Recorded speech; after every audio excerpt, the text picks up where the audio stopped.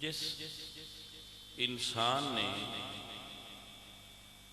حالت بیداری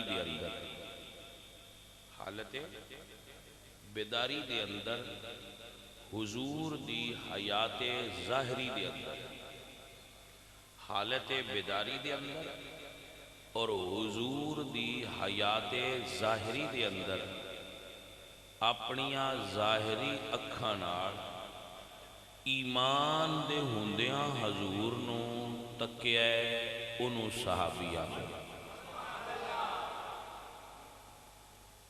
اب آپ مسئلے نو سمجھو.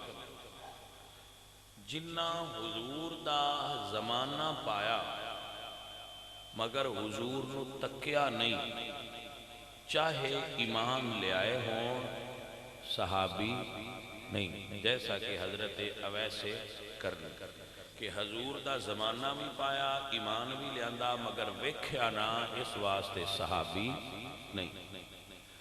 جنہ نے حضور نو تکیا اور زمانہ بھی پایا مگر ایمان نہ لے آئے، حضور دے وصال تو بعد ایمان لے آئے، وہ بھی صحابی نہیں.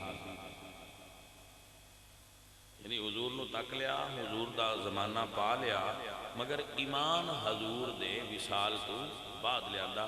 جیسا کہ حضرت قعب بن احبار انہاں حضور نو تکیا بھی سی، زیارت بھی کیتی سی، گلاں بھی کیتیاں سن، پر ایمان حضرت عمر دے دور چھے تو وہ بھی صحابی نہیں.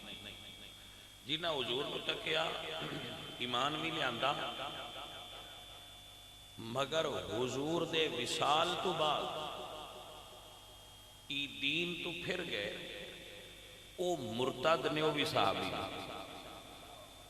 قرآن نے انہوں نے الگ احکام بیان کیتے ہیں وَمَنْ يَرْتَدَّ مِنْكُمْ عَنْ دِينِهِ فَسَوْفَ يَأْتِ اللَّهُ بِقَوْمٍ، وہ بھی صحابی نہیں. جنہ نے حضور نو تکیا ایمان بھی لے آندہ مگر اندروں نہ لے آندہ، زبانی لے آندہ، وہ منافق نے، وہ بھی صحابی نہیں. ہر کوئی تے صحابی نہیں نہ ہوندہ. صحابی ہوئے من لقی النبی صلی اللہ علیہ وسلم مؤمنا بہی ومات علی الاسلام. صحابی دی ڈیفینیشن ہے جس نے حضور نو حالت ایمان نال تکیا اور حالت ایمان تے فوت ہو گیا، انہوں نے شرف صحابیت حاصل ہے.